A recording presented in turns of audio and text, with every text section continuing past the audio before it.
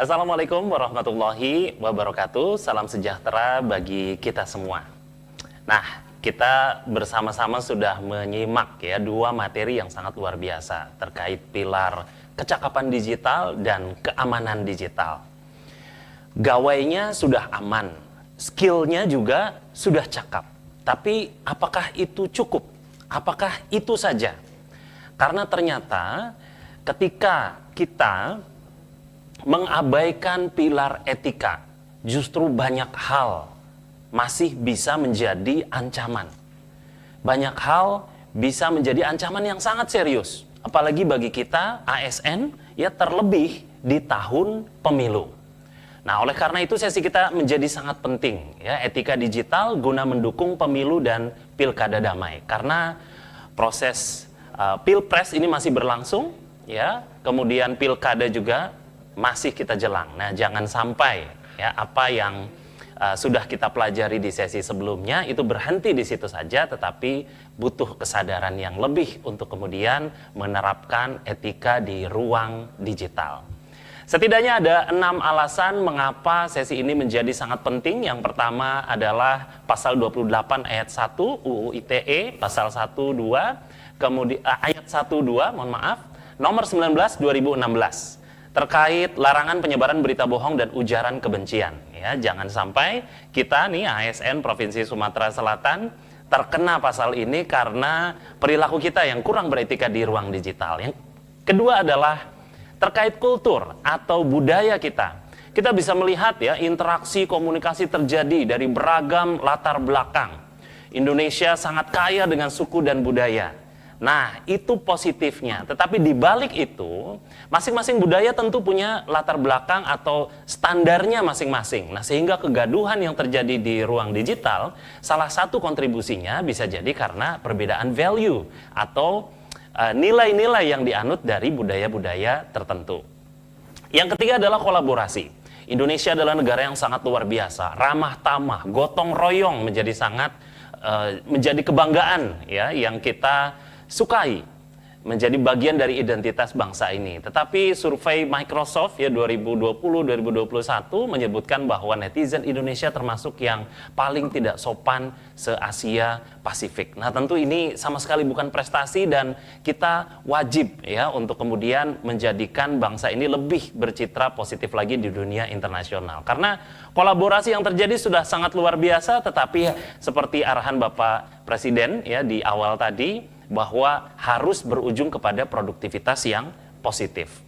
Yang ketiga adalah media sosial. Di media sosial ini kita tidak bisa ya mengukur atau memverifikasi informasi yang ada, karena independensi dan akuntabilitasnya tergantung dengan standar kita masing-masing.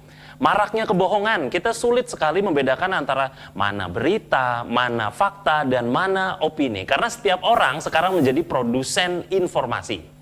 Dan yang terakhir nih, yang paling ultimate dan lumayan bikin gaduh negara ini, ujaran kebencian. Ya, utamanya sekarang di tahun pemilu.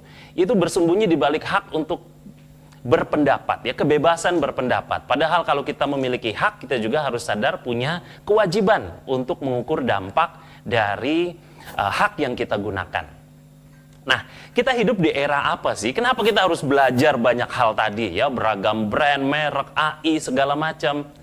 Saat ini kita hidup di era post-truth. Apa itu era post-truth? Yakni era saat manusia lebih reaktif terhadap perasaan dan keyakinan dibandingkan fakta.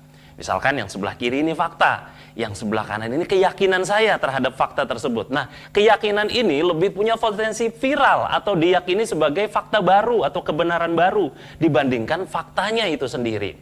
Jadi siapa yang berbicara menjadi dalam tanda petik seolah-olah lebih penting dibandingkan apa yang dibicarakan. Kita bisa melihat simulasi Mueller layer yang ada di layar ya. Inilah kita ketika kita dibombardir oleh informasi sehari-hari.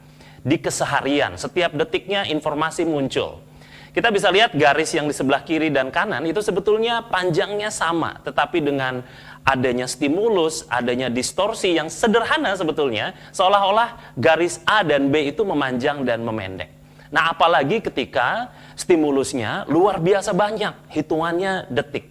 Maka tentu akan muncul masyarakat yang lebih emosi, ya, emosinya mengalahkan fakta karena terus-menerus informasinya. Kemudian sensasi juga mengalahkan esensi. Nah, di sini kita terbagi masyarakat kita menjadi masyarakat yang sekedar melihat bahwa atau informasi itu langsung diyakini sebagai sebuah fakta baru, atau masyarakat yang berpikir mengapa. Mengapa ada informasi ini? Apa informasinya? Penyebabnya apa? Kira-kira dampaknya apa ketika saya menyebarkan informasi ini? Nah, inilah yang kita harapkan. Baik, setelah ini ada tayangan video yang kita bisa lihat bersama dan teman-teman bisa berkolaborasi ya, menuliskan pertanyaan ataupun pendapat di kolom komentar setelah video ini kita saksikan bersama. Saya juga bisa masak, Bu. Oh ya? Saya bisa masak rendang. Rendang. Pasti di sana orang pada suka rendang, asal jangan terlalu pedas ya. Banyak kan ngomong bersama. Baik, Tina. Apakah ada pertanyaan lain tentang exchange program ini? Atau tentang Amerika dan kehidupan dengan host family di sana? Semuanya sudah jelas, Bu. Terima kasih. Kami sangat senang Tina sudah datang di interview terakhir ini. Kami sangat terkesan ya. Kami harap Tina bisa mengikuti exchange program ke Amerika tahun depan. Terima kasih banyak, Ibu. Amerika, ya ampun. Sebagai langkah final, Ibu Santi akan melakukan checking referensi dan background Tina. Baik. Biasanya kalau tidak ada masalah, semuanya lancar, dalam 1 atau 2 minggu ke depan, kami akan mengirimkan surat konfirmasi. Bagaimana? Baik, Ibu. Terima kasih. Terima kasih banyak, Bu.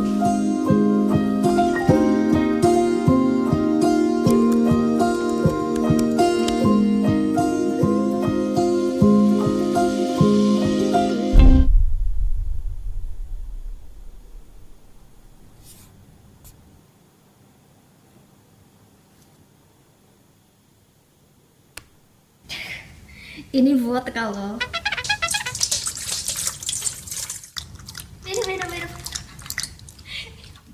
Timmy, sini.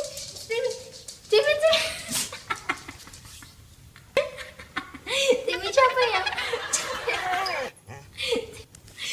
Timmy, my adorable Timmy.